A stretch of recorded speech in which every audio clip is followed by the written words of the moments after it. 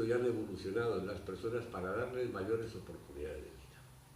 Gracias al instinto, hoy estamos aquí. Imaginaros cuánto de importante es el instinto. Bueno, las emociones en ese sentido son la forma en que los seres humanos nos damos cuenta de su existencia. Eso es. Y cómo percibimos de manera subjetiva estos movimientos del instinto que, digamos, tienen una traducción como un software más inteligible para la persona que se llama emoción. En las emociones, luego podríamos decir que tenemos como tres variaciones interesantes en las emociones.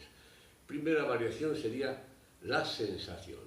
Segunda variación sería la emoción propiamente. Y tercera variación en intensidad sería la pasión. No es lo mismo una sensación que una emoción que una pasión. ¿Y en qué se diferencia? Veréis, las sensaciones es la forma en la que percibimos nuestro contacto con la vida, pero no nos obligan, no nos empujan a una determinada conducta.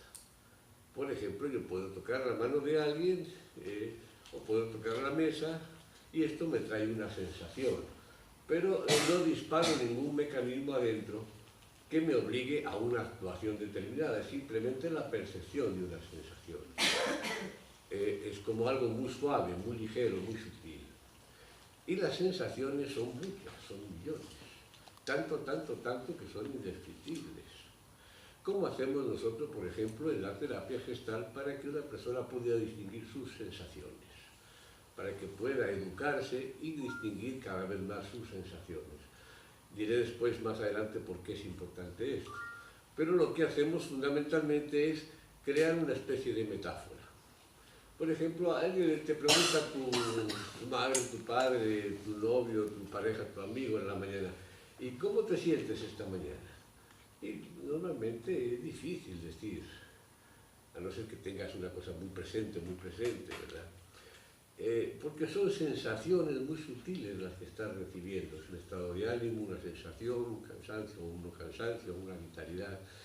Entonces, la forma realmente de poder distinguir cómo te sientes en la sensación sería crear una metáfora. Una metáfora es algo que se parece a algo que te pasa. Por ejemplo, dices, no sé lo que siento, pero me siento como si me hubiera atropellado un tranvía. Bueno, esto ya describe un estado, que se parece a algo que te está pasando. O me siento, esta mañana siento pletórico, siento que vuelo. Está describiendo un estado, básicamente. Esto es una forma, digamos, en la que se aproxima uno al contacto con ese mundo de sensaciones que os digo, es riquísimo y enorme, ¿verdad? La emoción es una cosa quizás más clara.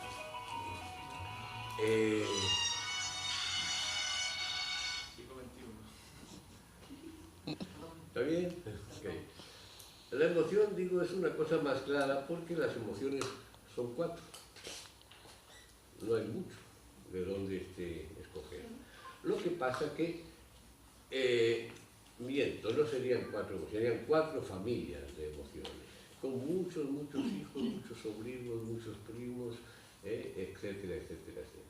Y además con mezclas entre primos, sobrinos de una familia y otras nuevas generaciones, nuevas familias. Esto lo hace más complejo. Pero el tronco de las emociones son 4, básicamente. Y tienen que ver fundamentalmente con el instinto. ¿Cuáles son estas emociones? Por orden, os lo voy a dejar un poquito por orden. ¿Sabéis cuál es el movimiento, por lo menos al día de hoy, lo que se considera, al día de hoy, digamos, aceptado desde lo que son los puntos de vista científicos de la etología? La etología es la ciencia que estudia el comportamiento humano, el comportamiento animal y la psicología comparada, o sea, el instinto. Bueno, pues existe un instinto que se llama el de hambre, que es el primero de todos. Es el que te permite comer. Y tenemos un segundo instinto que tiene que ver con la huida, el instinto de huida. El tercero de los instintos es el territorial, el instinto territorial. Y el cuarto de los instintos sería el instinto sexual. Esto es lo que hoy se conoce adentro de la etología, el movimiento instintivo, tanto de personas como de animales. Esto lo compartimos todas las especies. Lo que no compartimos es la forma en la que trabaja el instinto para las diferentes especies, ¿verdad? Entonces, las emociones, digamos, yo decía que era el software, la forma en que percibimos subjetivamente el instinto. ¿Y cuáles son las emociones asociadas a estos movimientos instintivos? Pues en el instinto del hambre, que es el primero de todos los instintos, la emoción fundamental es la de la necesidad. Tiene que ver con la necesidad, tiene que ver con lo que falta, tiene que ver con el dolor. Esta es la emoción asociada al instinto del hambre. Es el primero de todos y el más importante. Luego diré por qué. El siguiente es el instinto de huida. El instinto de huida lo que hace es que nos avisa realmente del peligro. Nuestra vida está en peligro. Y para esto existe la emoción que es el miedo. El miedo es el representante del instinto de huida. Si no tuviéramos miedo, posiblemente hubiéramos terminado con la raza humana hace muchísimos millones de años. Miedo es muy importante, porque es el que te avisa del peligro que corres. El siguiente de los instintos es el instinto territorial. Este es un instinto curioso, porque digamos que tiene dos modelos de emociones aparentemente diferentes. La emoción fundamental del instinto territorial es la agresividad. Esta es la emoción que fundamenta el instinto, con la que tocamos el instinto territorial. Pero la territorialidad tiene dos funciones. Uno es la conquista y otro es la defensa. Y no se siente lo mismo cuando se conquista que cuando te defiendes. Cuando conquistas, lo que tienes es una cercanía a lo que podríamos llamar el orgullo del que conquista, el orgullo del conquistador. Mientras que cuando te defiendes, lo que tienes es una sensación de dignidad. Al que vence se le llama orgulloso, al que se defiende se le dice digno. Y son dos elementos diferentes que distinguen familias de emociones diferentes. Por lo tanto, la defensa, lo cercano al conocimiento nuestro, exige siempre un movimiento de rabia. Cuando hay rabia hay defensa. Esto no tengáis ninguna duda. Siempre que estéis rabiosos por algo, os estáis defendiendo de algo. Tu mecanismo instintivo está visionando un peligro que necesita defenderse y se defiende con la rabia. Esto es muy importante porque veréis, las emociones en el punto de vista de la arquitectura psíquica y la arquitectura del organismo, el organísmica de la persona, son las que transportan la energía, son los portadores de la energía de la persona. Por lo tanto, son las transformadoras realmente de la vida de la persona. El pensamiento no tiene energía para cambiar nada, la emoción sí tiene. Por ejemplo, imaginaros, si estás enfadado, esto te permite protestar. En cambio, si piensas que es justo o injusto, esto no te permite hacer nada. Enfadarse lleva realmente la emoción de la energía de la rabia y te permite una defensa. Si no te enfadas, es muy difícil defenderte. Es muy importante saber que las emociones transportan totalmente la energía de la vida. Son las que gestionan además la relación íntima del control y la gestión de la persona para su autoorganización. No están para hacernos la vida más complicada, aunque parecería que sí. Están simplemente para ayudarnos a darnos más posibilidades de vida. Este no es el problema emocional. Los problemas en nuestra cultura generalmente empiezan cuando nuestra mente directiva y nuestra educación quiere intervenir e interferir en el proceso de la emoción. Me ha dejado mi novia, por ejemplo, o se me ha muerto una persona querida, pero yo no lloro. Yo no tengo que llorar, tengo que ser fuerte. Esta es una interferencia de la razón en la emoción. Estas interferencias son las que nos complican la vida. porque la necesidad de la expresión emocional, que es siempre catártica para la persona, para arreglar las cosas, es una necesidad biológica. Si tú entierras esta necesidad biológica en el pensamiento, o en lo que deberías hacer o no deberías hacer, vas a tener conflicto con tu biología. Y muy importante este punto, porque este es el punto donde, en lo que yo conozco, desarrollando muchos años de trabajo terapéutico con pacientes individuales, en grupos de trabajo, en grupos de psicoterapia, en entrenamiento a psicoterapeutas, lo que yo conozco de esto es que este es el núcleo de los conflictos fundamentales que nos llega a terapia. O por exceso o por defecto.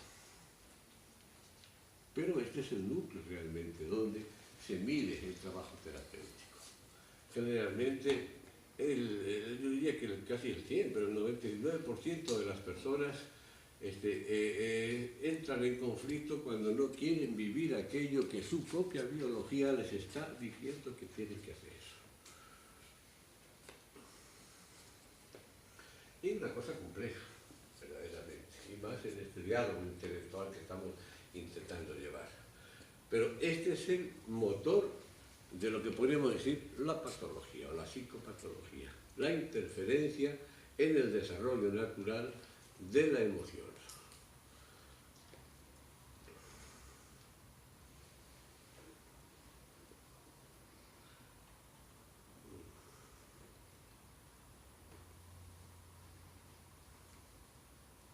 Ahora, visto desde este punto de vista y oído tal como lo digo, si yo me escucho a mí mismo, me estoy preguntando, entonces, ¿qué es lo que pasa? Tengo que expresar mi emoción, tengo que sacarla como viene. Qué complicado, ¿no? Qué difícil. ¿Y qué hago con emociones que son muy peligrosas, como puede ser la rabia, o como puede ser el deseo, o como puede ser el miedo realmente? Bueno, aquí hay una cosa muy importante.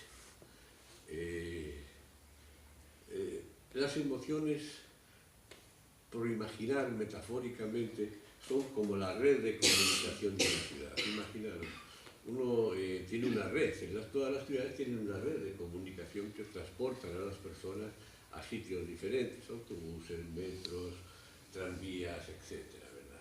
Las emociones son el sistema de comunicación del ser humano interno y te llevan a sitios. Lo importante no es la emoción dejar que te lleve a donde van. Tienes que aprender a subirte y a bajarte. ¿Cómo ocurre con uno no coge el tranvía y se va hasta el final?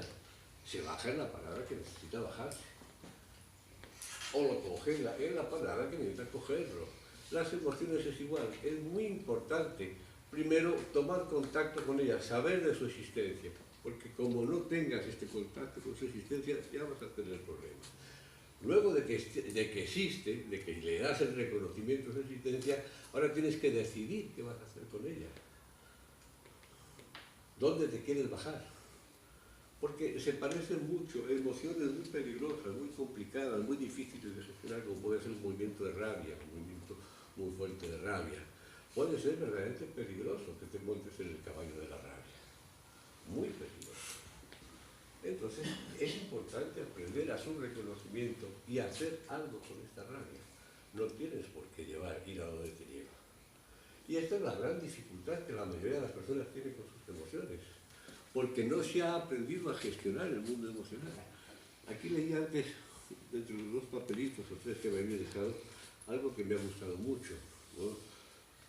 En la pregunta que dice, ¿qué le motivó a asistir? Dice dos personas, ustedes no recuerdo, estoy interesado o interesada en saber gestionar mis emociones. Y esto me parece realmente una descripción muy precisa realmente de lo que hay que hacer con la emoción. No de controlarlas, no de inhibirlas, no de no tenerlas, de no darse cuenta de su existencia, gestionarlas. Y la gestión pasa por un movimiento inteligente de la persona, y pasa por un movimiento ético de la persona, y pasa por un movimiento psicoespiritual de la persona. Muy importante en todo este punto. ¿Cómo aprender a gestionar mis emociones?